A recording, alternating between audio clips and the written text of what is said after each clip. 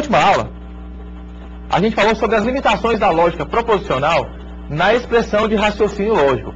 Por isso, foi proposta a lógica de predicados, que utiliza as expressões lógicas acrescidas de um quantificador universal e de um quantificador existencial. Dessa maneira, permite-se expressar de maneira mais fiel um determinado raciocínio lógico que não é baseado apenas em proposições, mas também é baseado em quantificadores. Então vamos seguir. Dessa maneira, foi definido um quantificador universal, que a gente pode ler para todo, que ele é parecido com esse V cortado ou um A de cabeça para baixo.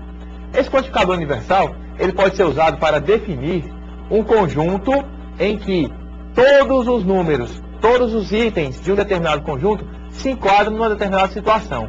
Nesse exemplo aqui, nós temos a expressão através de predicados, usando quantificadores, do conjunto dos números naturais. Não sei se vocês se recordam, né?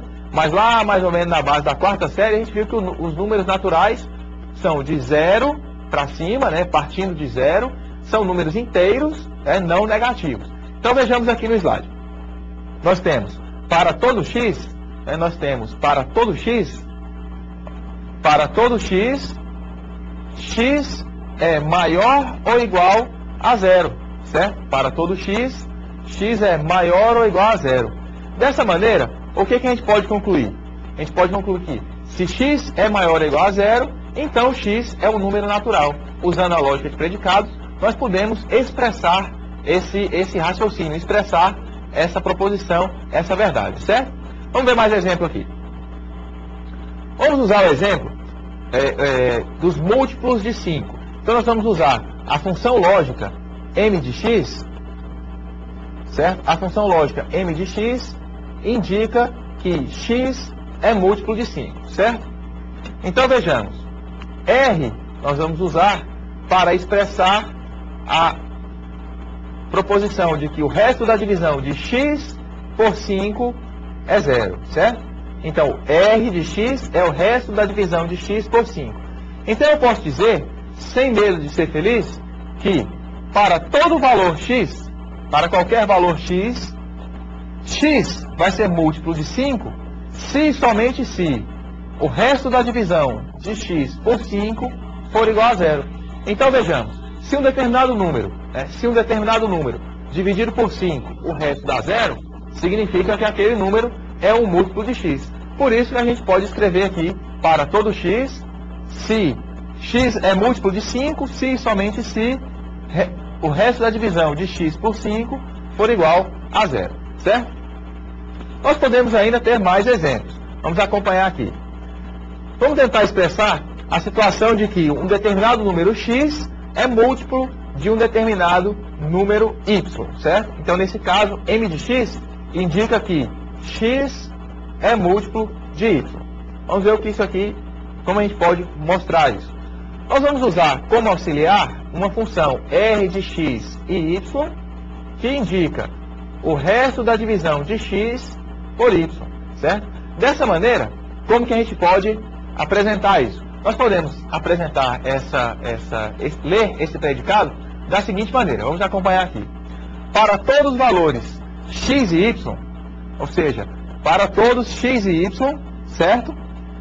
X vai ser múltiplo de y, se e somente se o resto da divisão de x por y for igual a 0, certo? Então, dessa maneira, nós conseguimos aí exemplificar que, através de predicados, um número é múltiplo de outro. Vamos ver se a gente tem mais algum exemplo aqui. Nós temos, além do quantificador universal, o quantificador existencial, que a gente lê da maneira existe, né? Esse ao contrário, significa existe. Então, o existe, ele é usado para expressar, através de predicados, quando existe algum caso que aquela situação é verdade, porém ela não é verdade para todos os casos. Vamos ver aqui um exemplo. Então vejamos, existem números que são múltiplos de 7, certo? Nem todos os números são múltiplos de 7. Nós usamos aqui a função m de x para indicar que x é múltiplo de 7. Então, para todos os números x possíveis, alguns deles Ou seja, existe algum número x tal que, esse símbolo, essa barra na vertical, né, tal que x é múltiplo de 7, certo? Então, o quantificador existencial, ele é usado para indicar uma situação que existe, mas que ela não é válida para todas as situações, certo? Vamos ver mais exemplos aqui.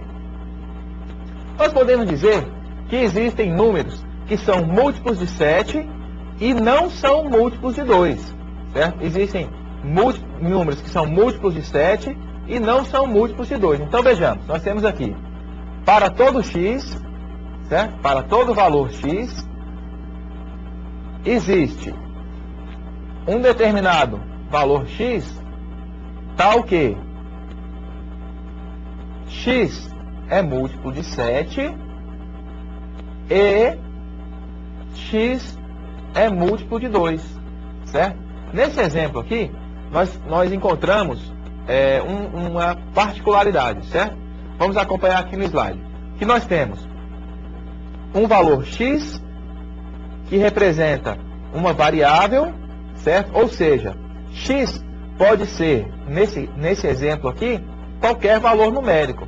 E nós temos 7 e 2 que são constantes, certo? Então eu quero dizer que, variando os números x, nós vamos encontrar números que são múltiplos de 7 e não são múltiplos de 2. Lembrando que nós estamos usando aqui o apóstrofo, né, para indicar a negação, ou seja, nós estamos negando que x seja múltiplo de 2, certo? Então, vamos seguir aqui com a nossa revisão, passando para o seguinte tópico. Nós temos ainda o quantificador existencial na sua forma negada, onde nós usamos esse símbolo aqui para indicar que, ao contrário do existe, nesse caso nós dizemos que não existe. Esse símbolo também pode ser utilizado como o til, né? O til também indica que não existe. Nós podemos ter como exemplo aqui, dizendo que não existem números ímpares que sejam múltiplos de 2, certo? É claro, isso é uma informação óbvia. A gente sabe que não existe número ímpar que seja número de 2, que seja múltiplo de 2. Agora vamos tentar exemplificar isso através de um predicado? Vamos acompanhar aqui. Então, para todos os valores possíveis de x, não existe x tal que o resto da divisão de x por 2 seja diferente de 0 e esse número seja múltiplo de 2, certo? Então vejamos, não existe nenhum valor que dividido por 2 o resto seja diferente de 0 e ele seja múltiplo de 2. Por quê? Porque a condição para que o número seja múltiplo de outro é que a divisão de um por outro seja 0, certo? Então não existe um número ímpar que seja múltiplo de 2, certo? Além disso, nós temos ainda como a negação do quantificador universal, né, que pode ser expresso através do til, por exemplo, o que significaria nenhum. Então, nesse caso, nós podemos citar aqui como exemplo que nenhum número ímpar é múltiplo de 2. Ou seja, nós podemos dizer que para todo x, certo? Para todo x, ou melhor, nenhum x tem o resto da divisão por 2 diferente de 0 e é múltiplo de 2 ao mesmo tempo, certo? Então, nós conseguimos expressar isso através de predicados. Na aula passada, nós vimos ainda um outro assunto que é de extrema importância para a nossa disciplina, que foi sobre a álgebra de Boole. Vamos acompanhar aqui. Então, a álgebra de Boole, ela se aplica a sistemas matemáticos. Quais são as principais características da álgebra de Boole? Elas consideram apenas sistemas matemáticos que suportam dois valores, que são o valor 0 e o valor 1. Como que funciona isso? Vamos ver aqui. Sempre nesses sistemas algébricos, considerando a álgebra de Boole, ele sempre vai reconhecer 0 ou 1 como entrada e sempre terão 0 ou 1 como saída. Ou seja, qualquer sistema, qualquer álgebra, qualquer conta feita no modelo algébrico de Boole, vai entrar 0 e 1 e vai sair 0 e 1 como resultado, certo? Na aula passada, a gente mostrou um exemplo, né, indicando que, na álgebra de Boole, são considerados três operações